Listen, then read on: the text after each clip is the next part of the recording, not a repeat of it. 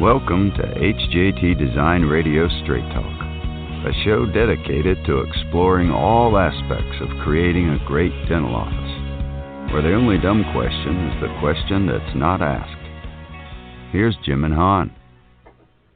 Good evening, Jim Jarvis here, along with my co-host Han Tron. Han, how are you? I am great, Jim. How was your day today, guy?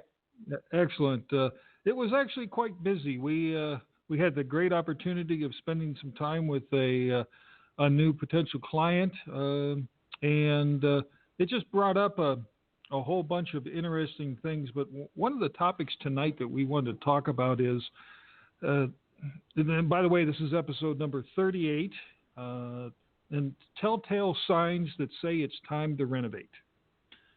You know, we've done a bunch of shows about new builds and site acquisition and aesthetics and first impressions and all that kind of great stuff.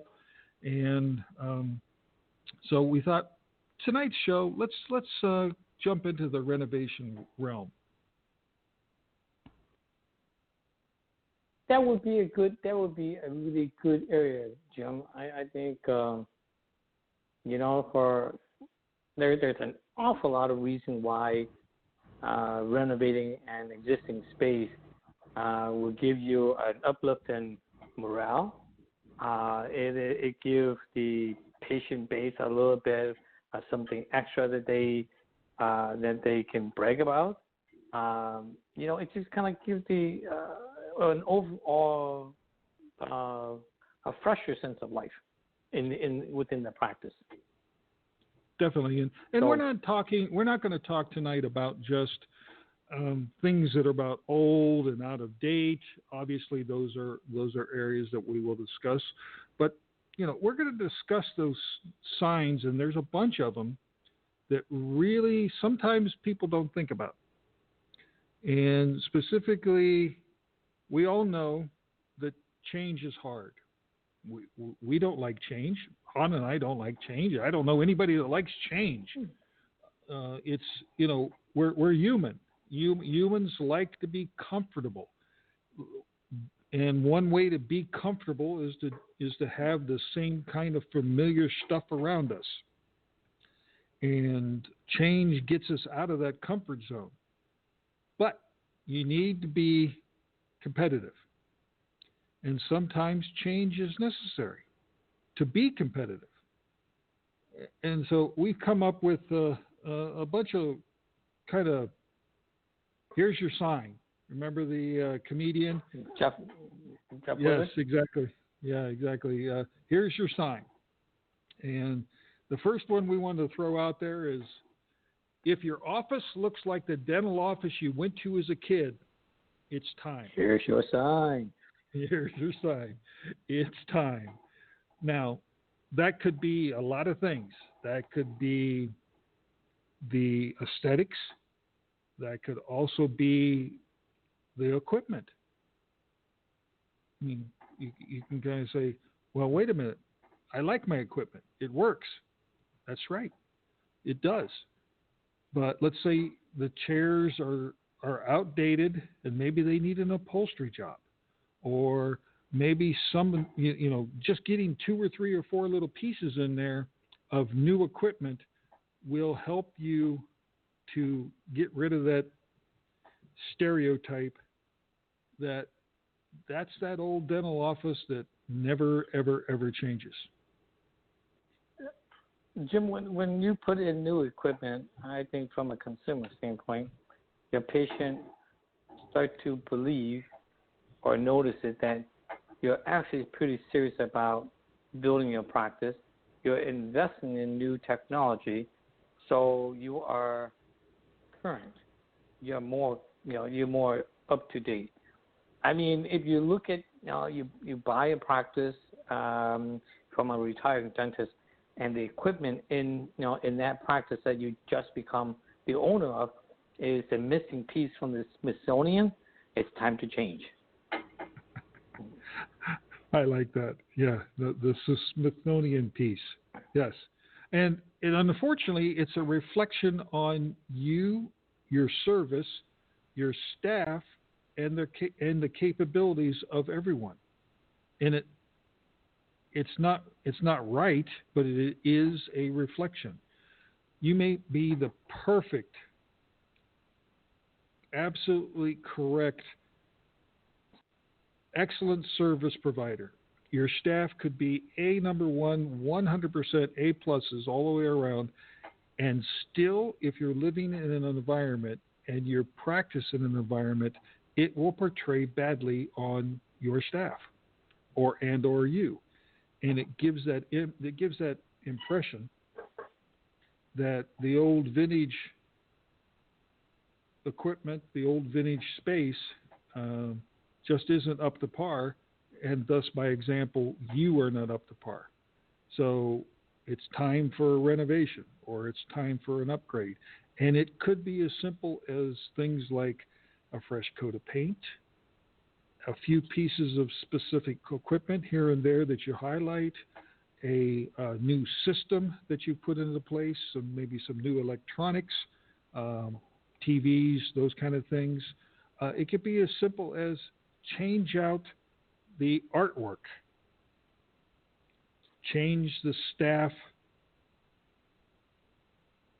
uniform. All those things can make dramatic impacts on its time. You've done something you're really thinking about, and it effectively creates a new vision or a new brand or a new style within that. Styles, they tend to go out every 10 years or so, Han, wouldn't you say? I think fads had a short life.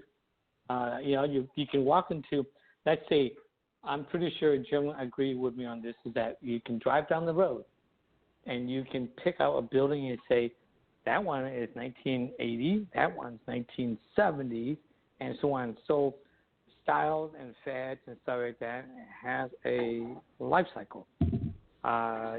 You don't, let me say, if we walk into your office and you have teal carpet and mauve wall covering, all right, you're stuck in the 80s. Well, you dropped it another. Here's the next one. Are you stuck in the 80s or are you stuck in the 90s? It might be time. You're right. The avocado, whatever, or the sink that was what was that? Golden something gold. It's Harvest Gold. Harvest Gold. Right? There it is. Harvest Gold. Okay. Yeah. That was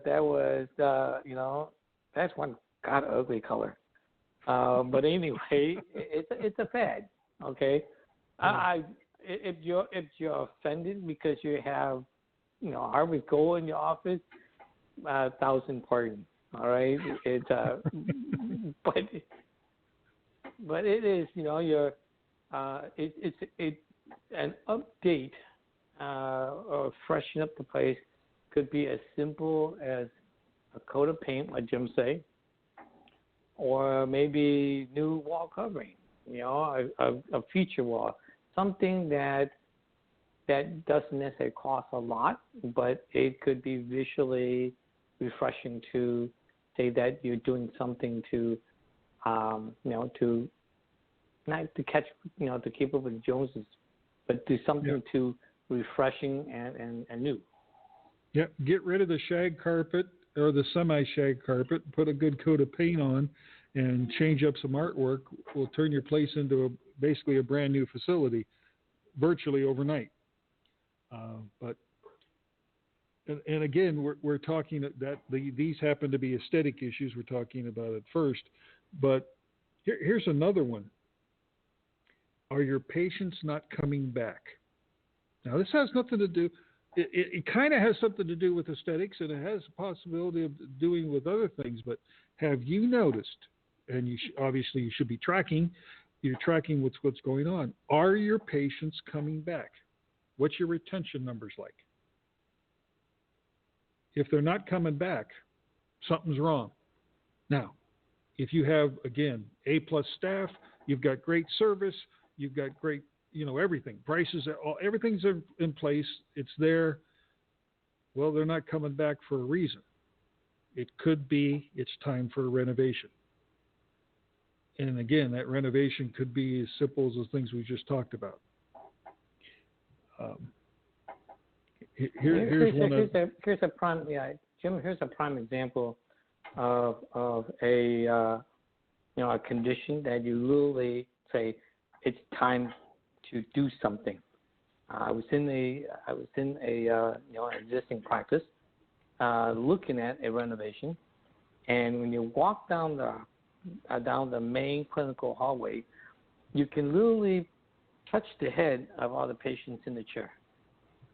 That's how tight the space is. I mean, literally. Okay. I think it affects it affects the sense of or the level of service or the perception of level of service and care that you provide.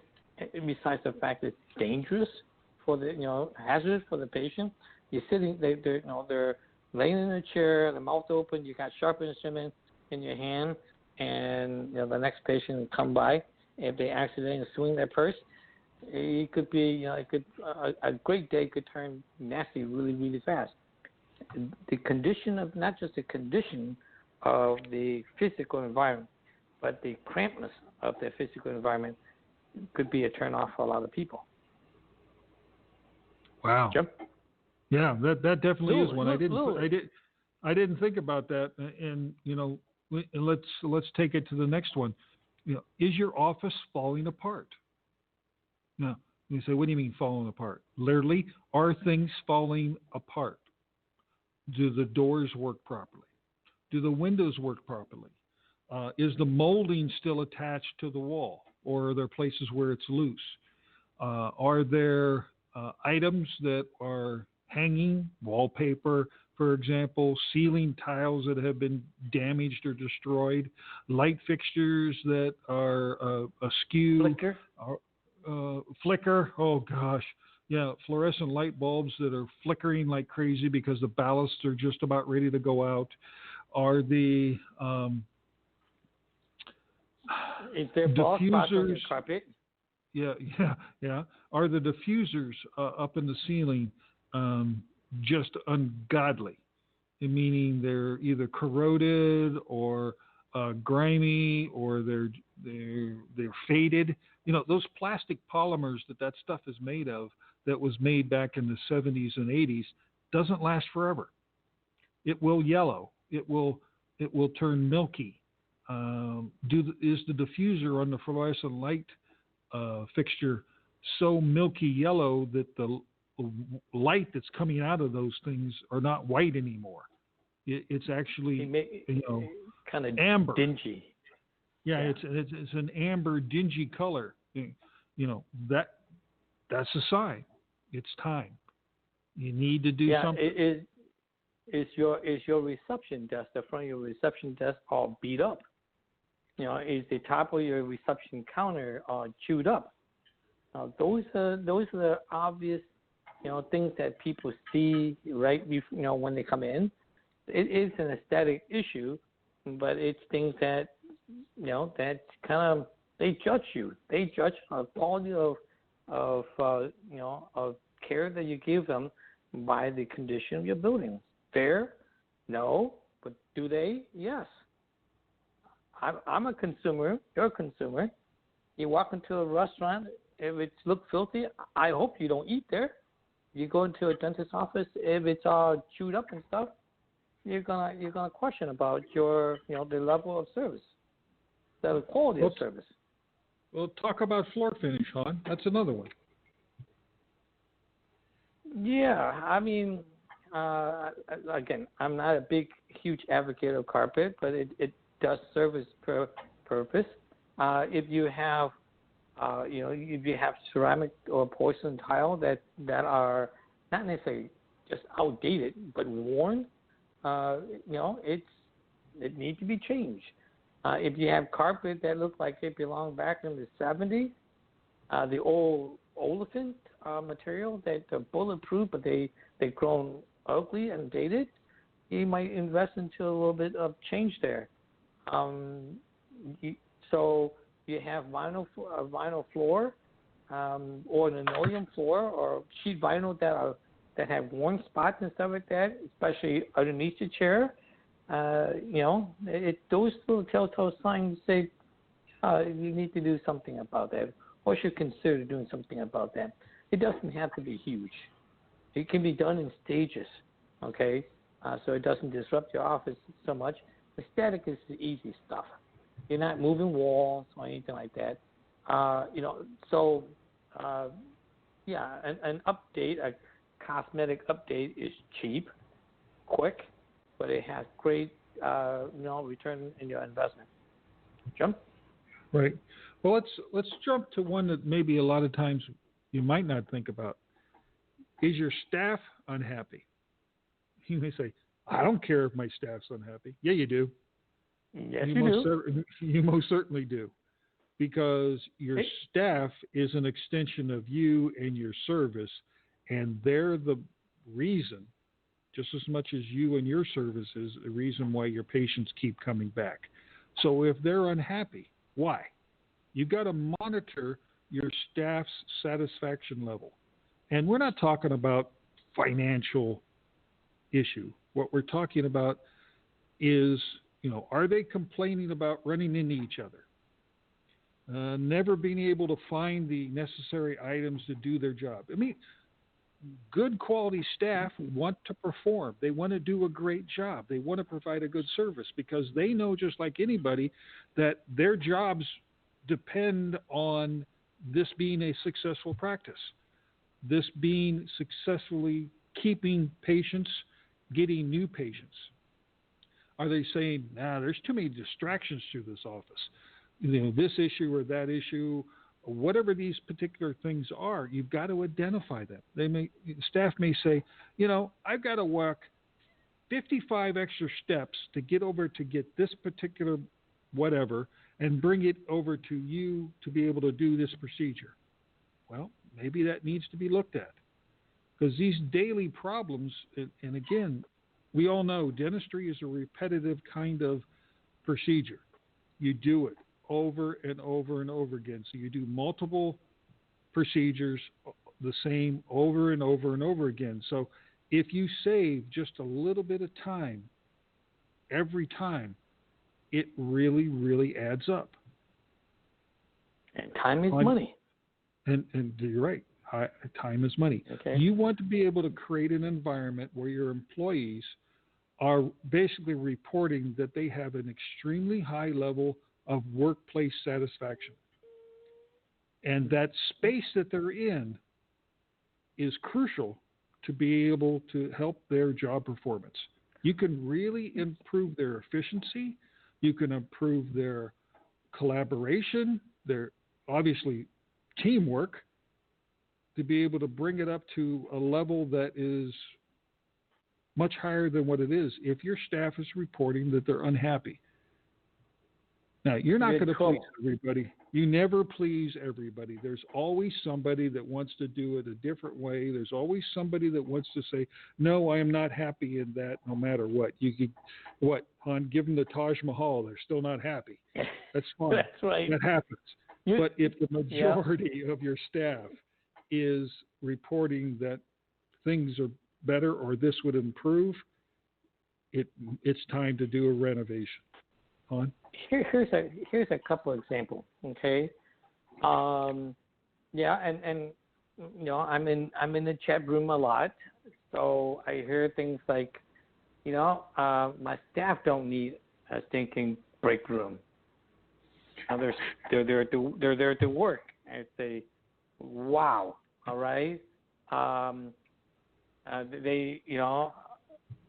let me see, the more that you provide for them, that to let them know that they're part of, you appreciate their effort, because it's a team that's building a practice. So if you don't have a place, if you have a postage size, a postage stamp size break room where you actually stand next to the coffee machine to eat lunch, that's not even fall into the category of what we consider amenities. Okay, at least provide a space where they can sit and take a little break and have a meal. So in the recent probably year or so, we had done a few practices where the dentist went way beyond the call of doing good things for their staff. They actually put in lactation room, because majority of the staff in the dentist's office are women. They most of them are at the childbearing stage of their life, and so when they have children and stuff like that, lactation room is a wonderful thing. Do you have to have one? No, but if you have one where a staff member can use that, you are their hero. All right. If they don't feel well for any reason, it'll be a great place that they can take a break. I know that the one that we designed, it was used for multi-purpose besides lactation. So also used as a sick room, and or an emergency where a child is not feeling well and the hygienist or your assistant need to bring it to the office or take them to work with her. There's a room that child can be put in, rest, and keep an eye on, and then you still have a staff member at the office functioning than to call in and say, my kid is sick, I got to stay home.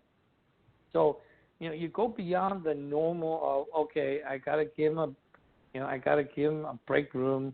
How about a staff break room? Toilet room. How about one? They would love you for it. Okay, most people are very private, particularly the women folks. Forgive me, it's not a sexist thing, but I've known women who would not use public restrooms until they get home. Okay, but a bathroom for your staff, make it a little bit wider, so you let them, so that way it's more functional for them.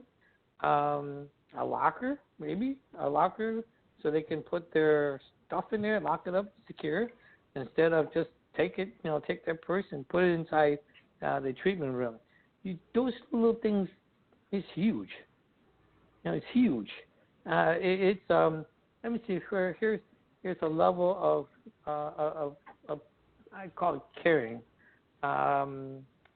We did a practice. There's 6 workstations at the front in the business office, and the staff say, can we put in space heaters? And I said, well, we can put in radiant panels so that it's mounted, and it will keep them warm. But those things are like, at that time, it's like $750 a piece. There's 6 of them, and our clients say, it's a small price to pay. It is. It keep them happy. If they're happy, they work harder, and my life is a lot easier.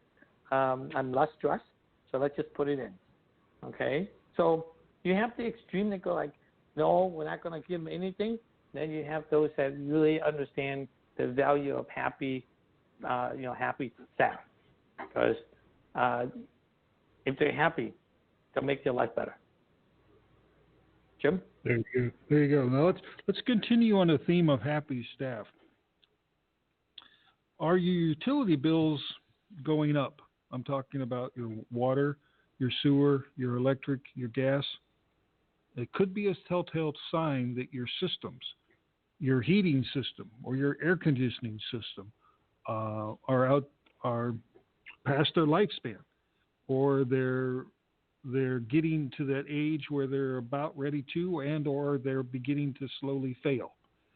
All of those things have a drastic impact on staff, along with patients.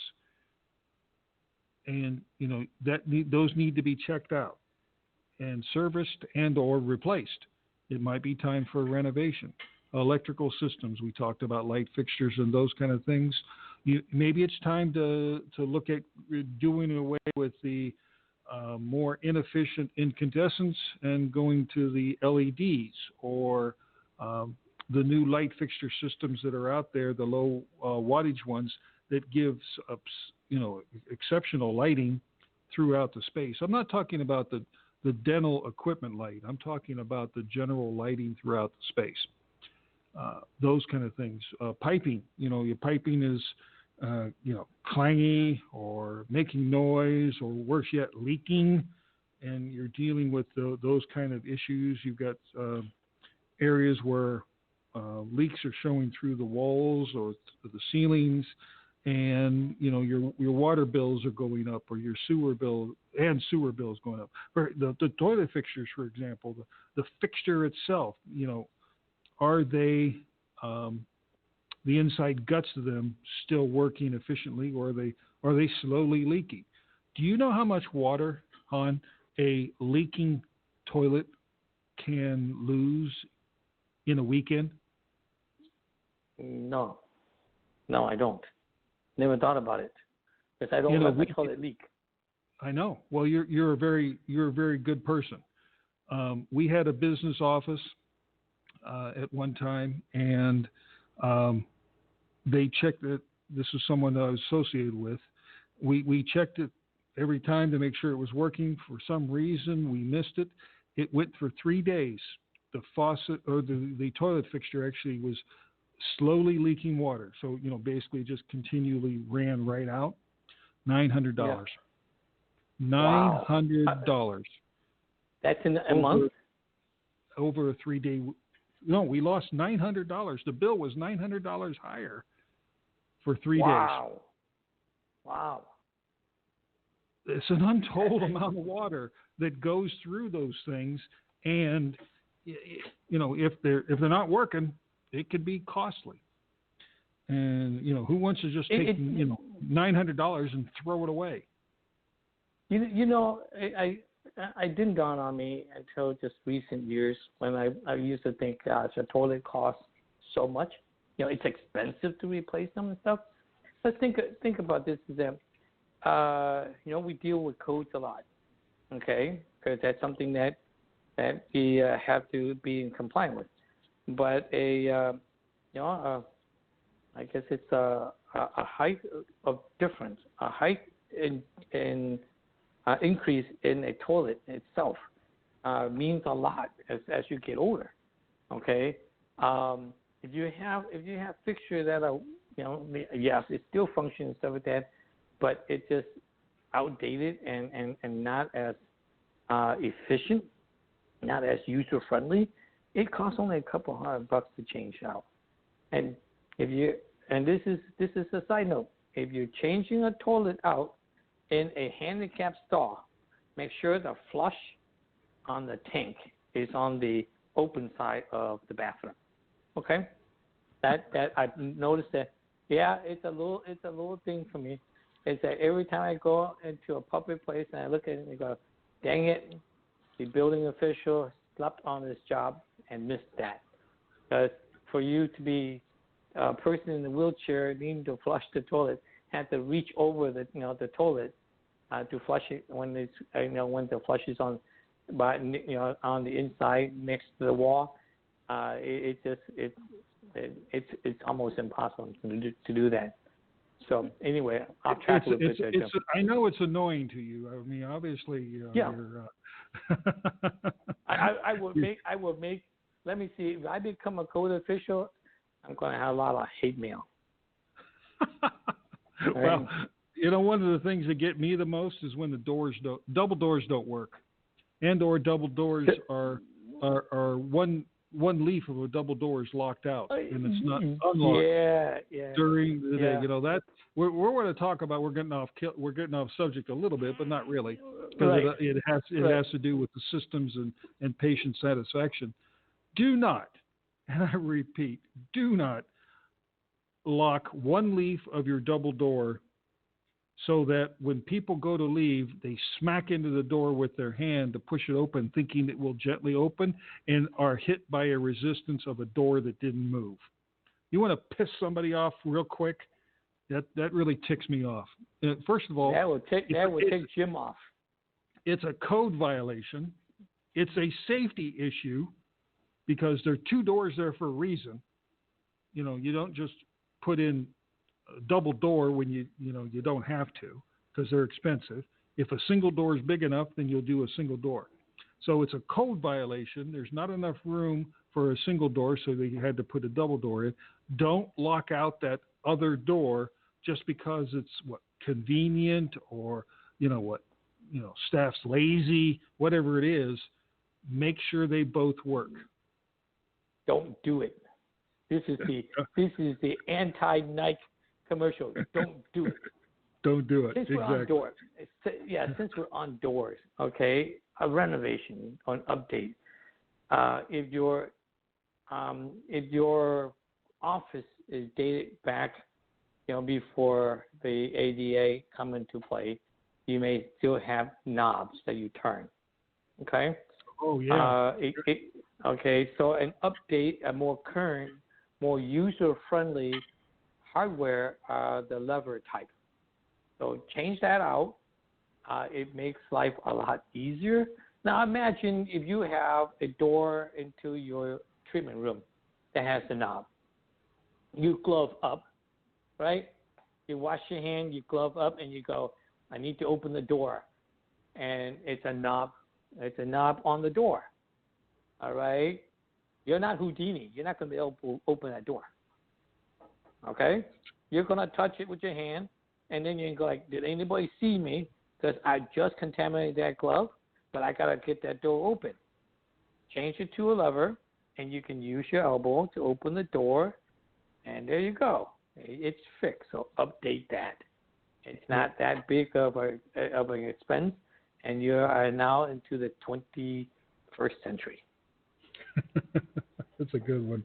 Well, let's talk about some more equipment. Your HVAC equipment. When the air conditioning comes on, is there a god-awful noise that shakes the whole place? Or when the heat comes on, do you hear this high-pitched squeal or whatever that rushes through the whole system, and it makes this high-pitched sound or noise through the diffusers? It might be time to renovate, at least the heating and air conditioning systems, because those things don't last forever. Even though they're very expensive, we want them to last forever, but they don't. Jim, what do you figure the life cycle of typical HVAC equipment? 20 years? Well, 25 years?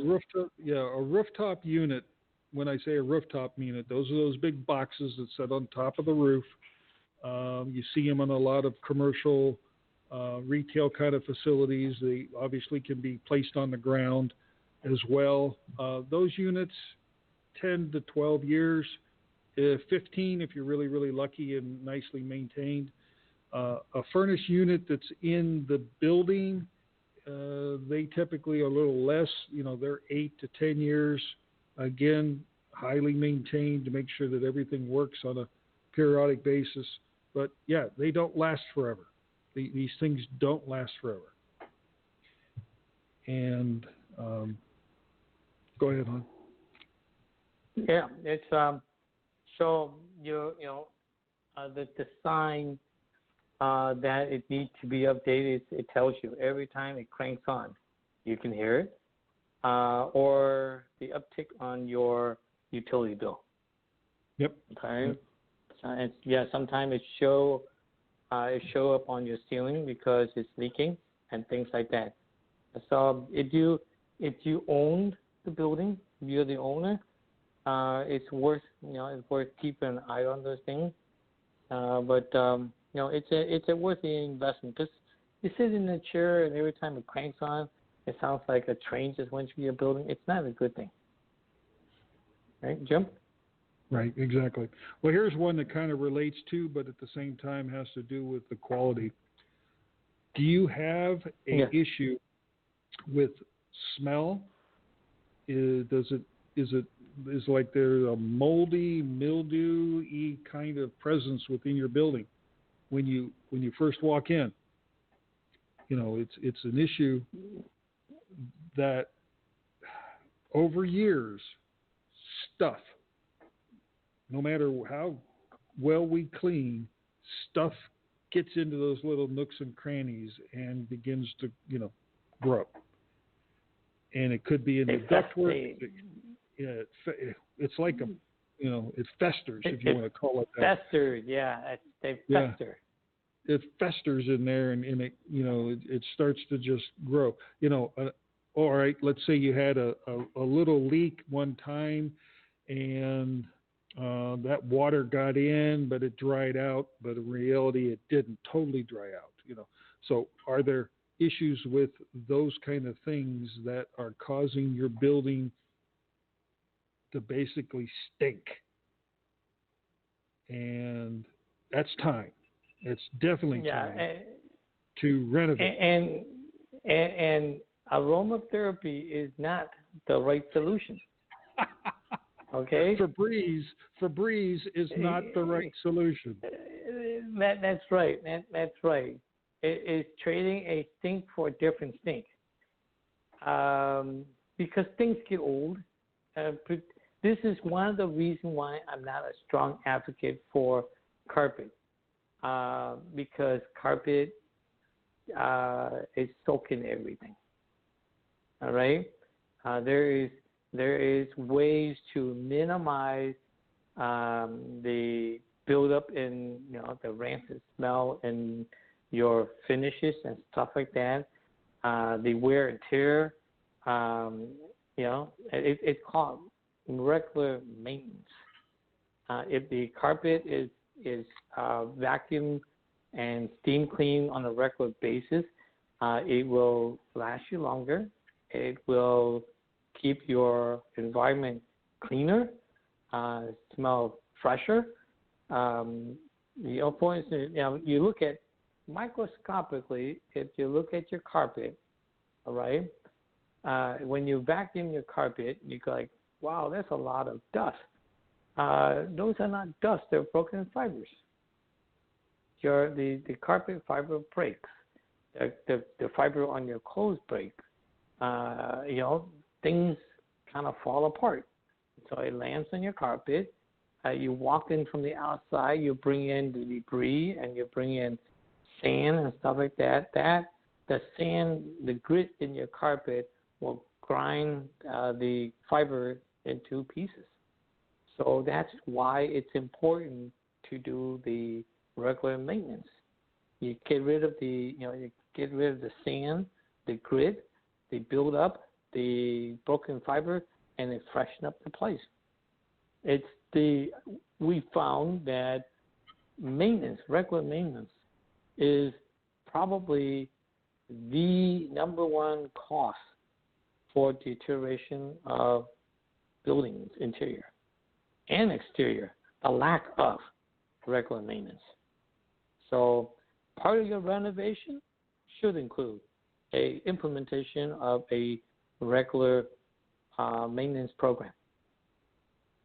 It just keep your pretty place look pretty longer. Yep. And function longer. Well, let's jump into a kind of a different area, a little different realm, because we've been talking about utilities and equipment and stuff. Here's a good one that Han you brought up, which we actually had a client that you had to walk through the lunchroom to get to the pan unit. That's an obvious, it's time to renovate. I mean, what does that say to your patient? It say you. Because I'm speechless.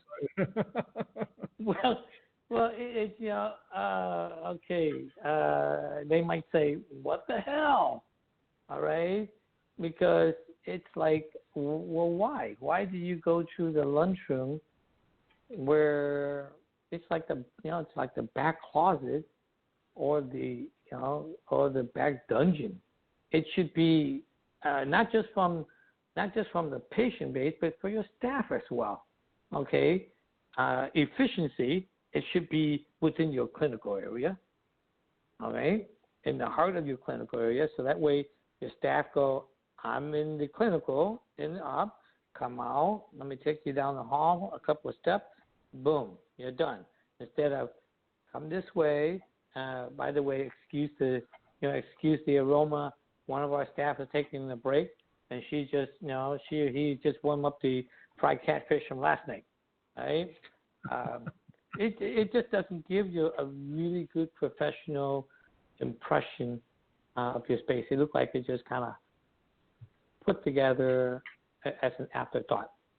So placement, if you purchase an office, an older office, a lot of time renovation and expansion are done out of necessity, and equipment put in place where the only open place is available. That's how it got tucked in.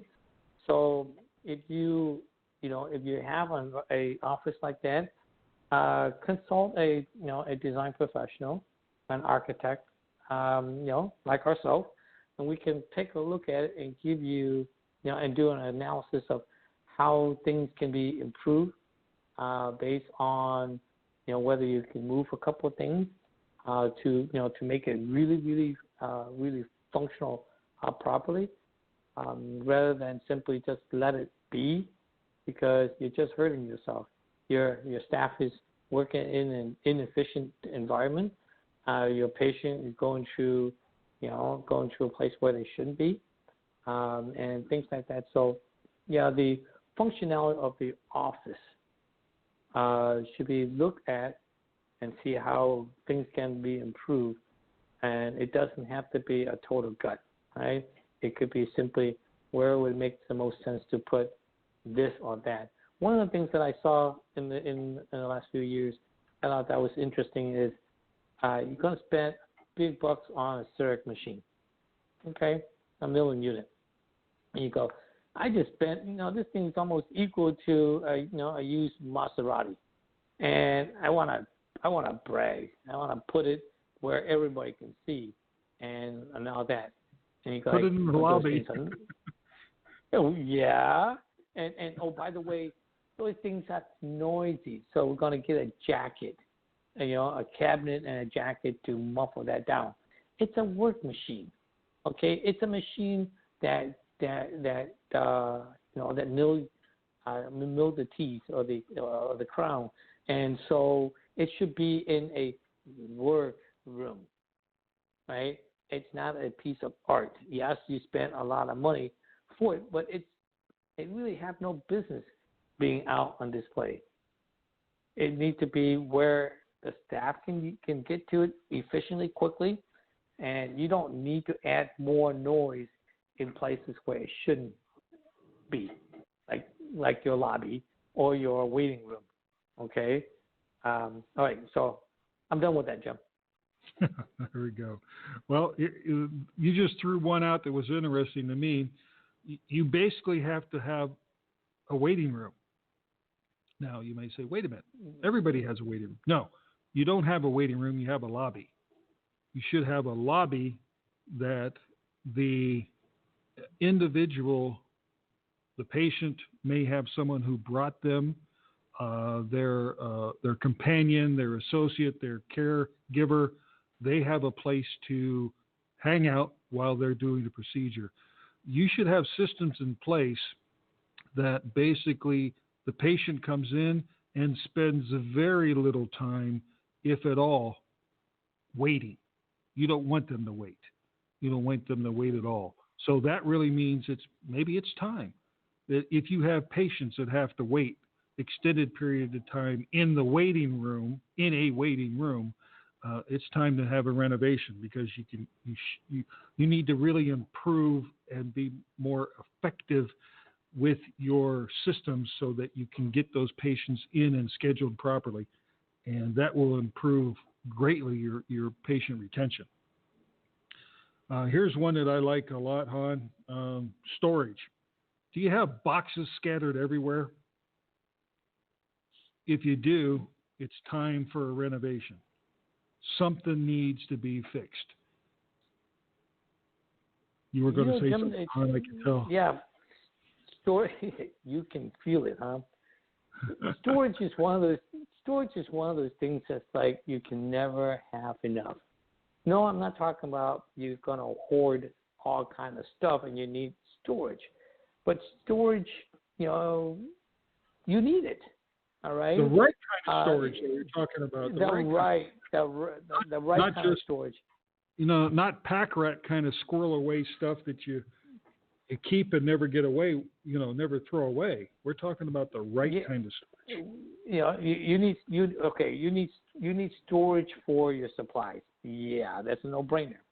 Okay, you need storage for gifts. The gift bags you give to patient and things like that. You need storage for supplies, administrative supplies, toner, paper, that kind of stuff. You need central storage, certainly central storage for your dental supply. But you also need secondary storage or closets within the clinical area so that things that can be accessed quickly rather than go back to the central. So storage in a dental office should be specific to the dental office function.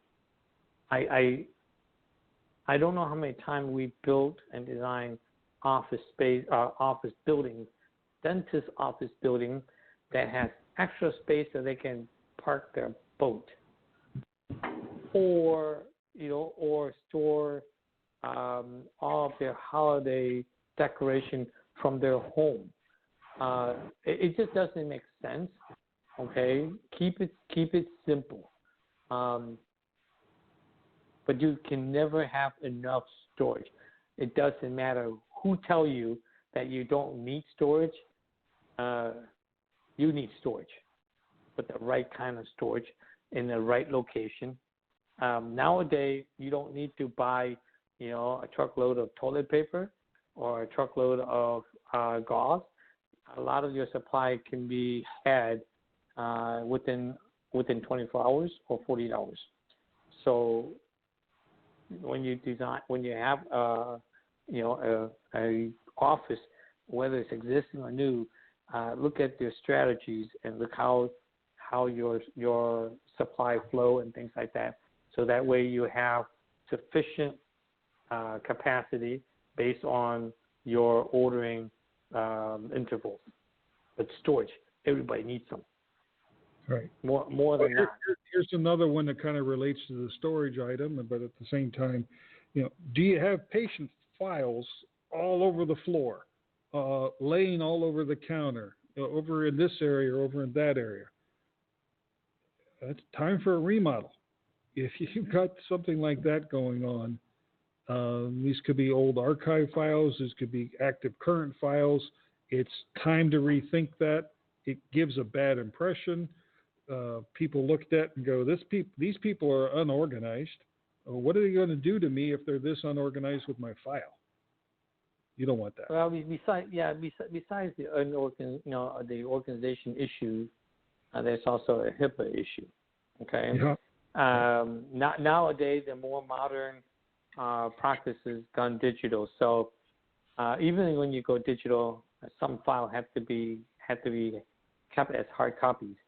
In the days of the 70s, 80s, and even today, lateral file is still used. I encourage you to look at high density filing systems, which take a smaller footprint and it's organized and it will streamline your filing systems.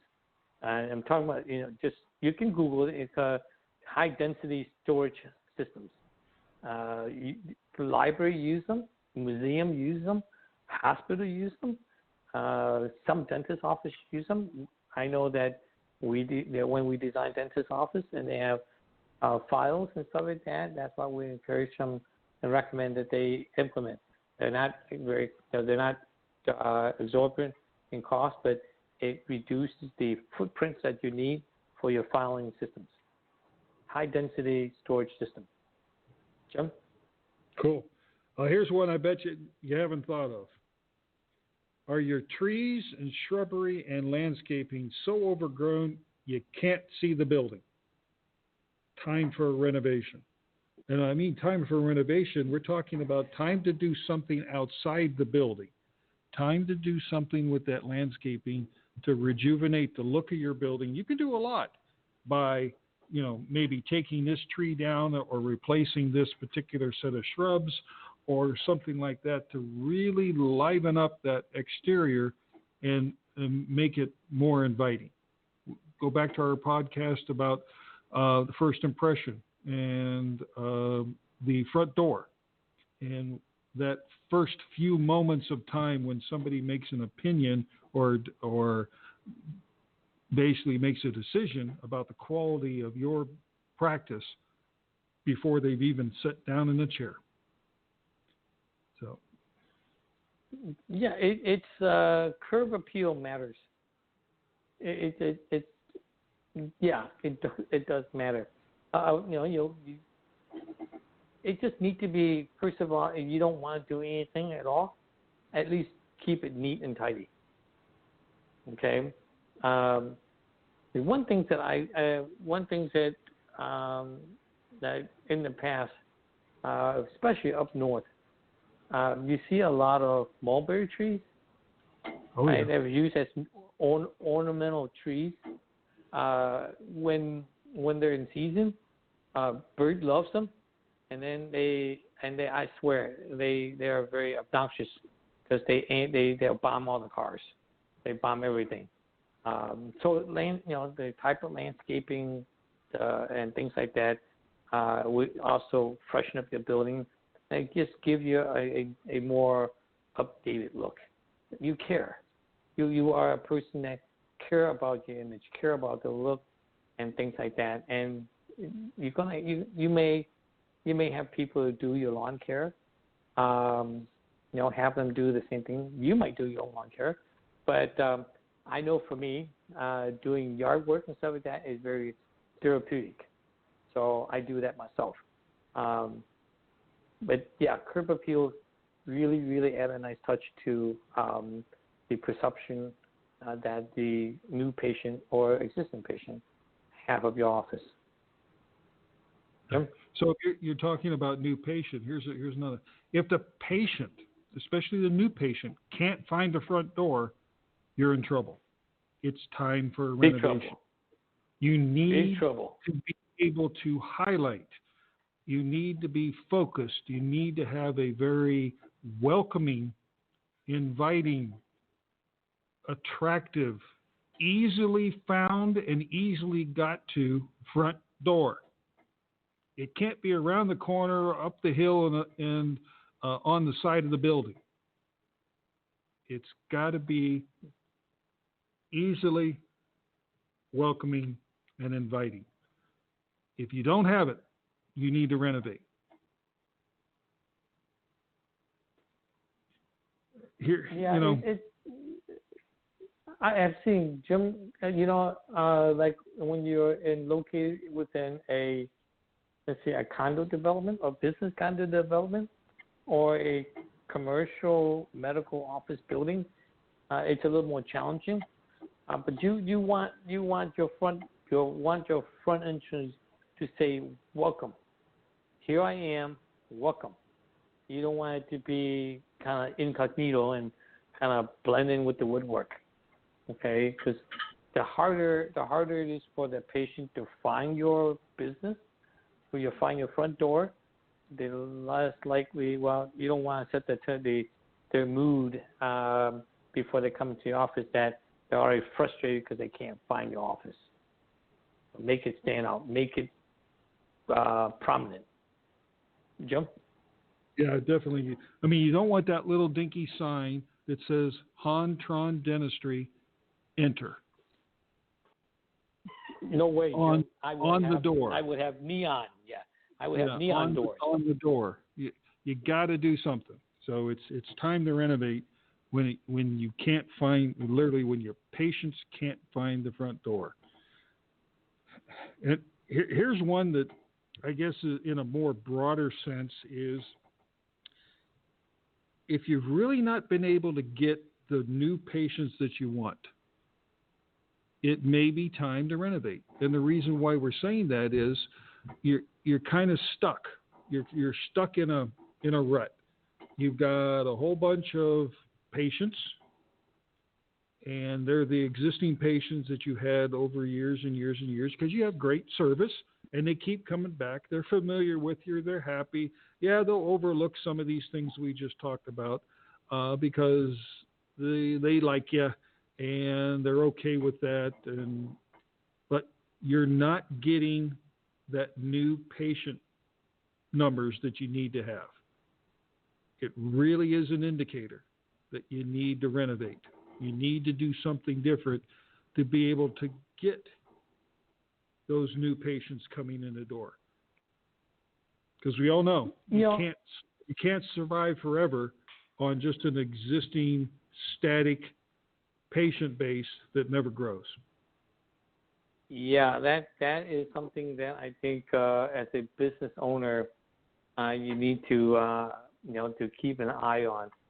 The society change, the population change, the dynamics and ethnicity of the or diversity of your community change. So if you're accustomed to service a certain demographic and not paying attention to the changing demographic of your community, you're gonna miss out on opportunities.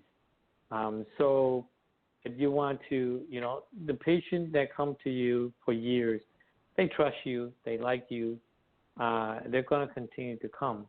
But if you want to attract the newcomer, you have to make your office more inviting, more current, so that when they come and they drive in their BMWs and their Mercedes, they feel that they came to the right place for the right service. So yeah, it's a worthwhile thing to keep an eye on, so that you can attract the service. I mean, we had this discussion just recently on Dental Towns that a dentist was saying, I have a hard time attracting the new clients or new patients that are, and I want to attract the more affluent, because the community that where he practice are becoming more upward mobile. There's more. They have more income to do things with.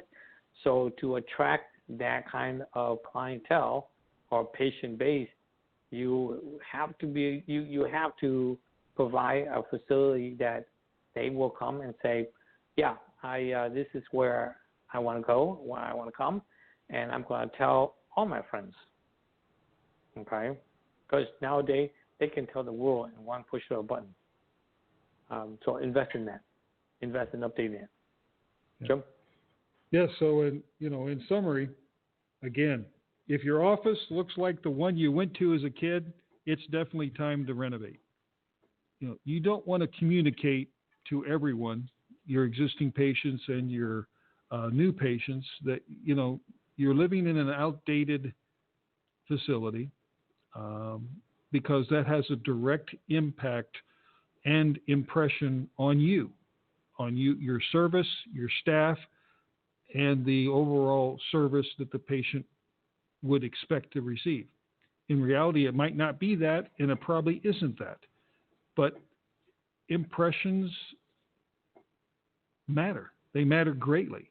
And aesthetics obviously are a part of it, but there's more to it than just the aesthetics. So hopefully this has been an interesting discussion, giving you a couple things to think about.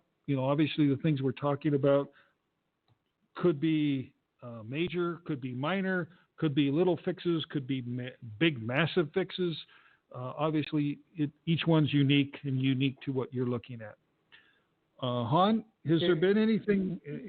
I'll let you have the last word on that discussion, but is there anything that you wanted to talk about from Dental Town last week?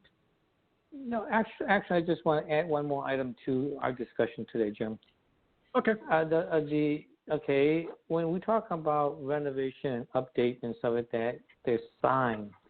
Is that if you're maxing out your space and you are just busting at the seam and you need to add on, okay, that is also a perfect time to update the rest of the space. It is sinful to travel from a part of the practice or part of the building that say that has a time where when you're in 1980 into a more modern 2019 2020 space. You want a uniform, a continuity in the aesthetic in your office. So when you do a renovation or an addition, that is a good time to also update the rest of the space. Okay, that is all, Jim. Cool. Well, we look forward to spending another hour with you next Tuesday, and obviously enjoy your holiday weekend, and we'll catch you next Tuesday. Han, last words. Appreciate you spending the evening with us. Happy 4th. Until next time, have a good evening. You've been listening to HJT Design Radio Straight Talk with Jim and Han. To contact us and find out more info about upcoming shows, please log on to our website at www.hjtdesign.com. Until next time.